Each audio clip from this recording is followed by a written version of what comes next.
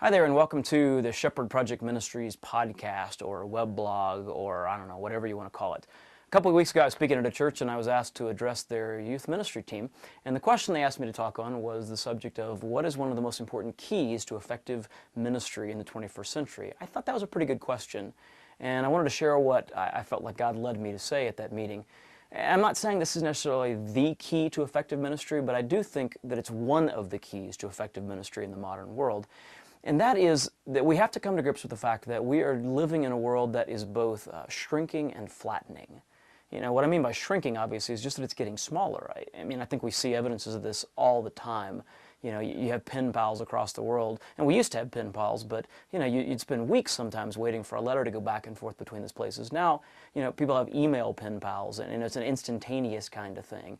And so our ability to communicate has gotten easier. Obviously, our ability to travel has gotten easier. I can't tell you the number of times in the last couple of years that, you know, I've woken up in one part of the world and gone to sleep in a completely different part of the world, and that's always kind of an amazing thing to me. It's hard on my body, and it's sometimes rough on us, but it's the reality of dealing with a world that's shrinking, both in terms of communication and in terms of our ability to travel. But I think the world's shrinking on more levels than that, too. There's just sort of a bringing together of the world that we've never really seen before. I was in Thailand just recently, and I talked to a guy who was wearing an iPod. And I thought, you know, this is very interesting, especially when I found out what he was listening to, because what you had going on here was an American-designed product made in China, I think, is being listened to a guy in Thailand, but he was listening to British music. You know, and so what used to be very, very separate cultural circumstances are colliding. I mean, they're coming together in a way that's really unprecedented in human history.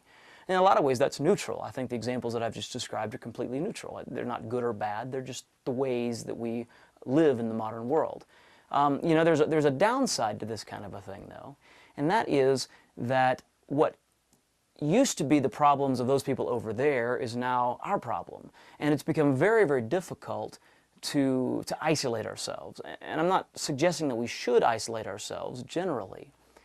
But there's always been some comfort in the fact that we could look around the world and go, okay, well, you know, what they're dealing with over there is different than what we're dealing with here. We have our own problems, but at least we don't have their problems. And that's not the reality in the modern world. The reality in the modern world is their problems are our problems.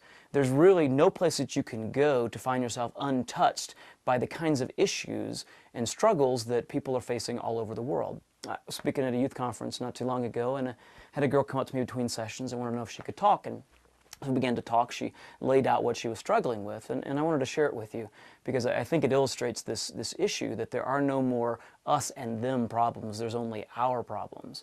This is a girl from a pretty small high school. She was in a small town, and the high school that she went to had maybe 100 people, so a very small school.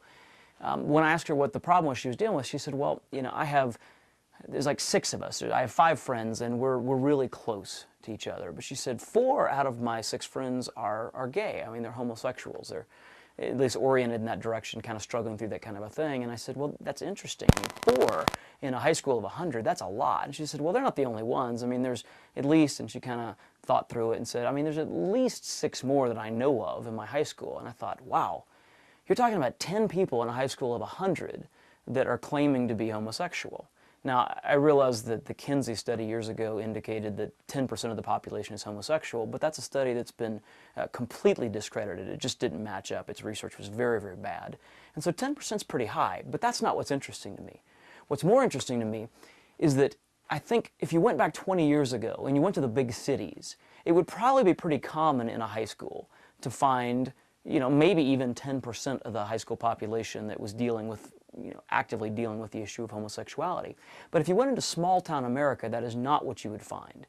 I mean, you'd be very hard-pressed to find even 1 or 2 people who would say they were struggling with it. Certainly you wouldn't find 10% of the population. Again, might have been true in the city, certainly would not have been true in the small towns.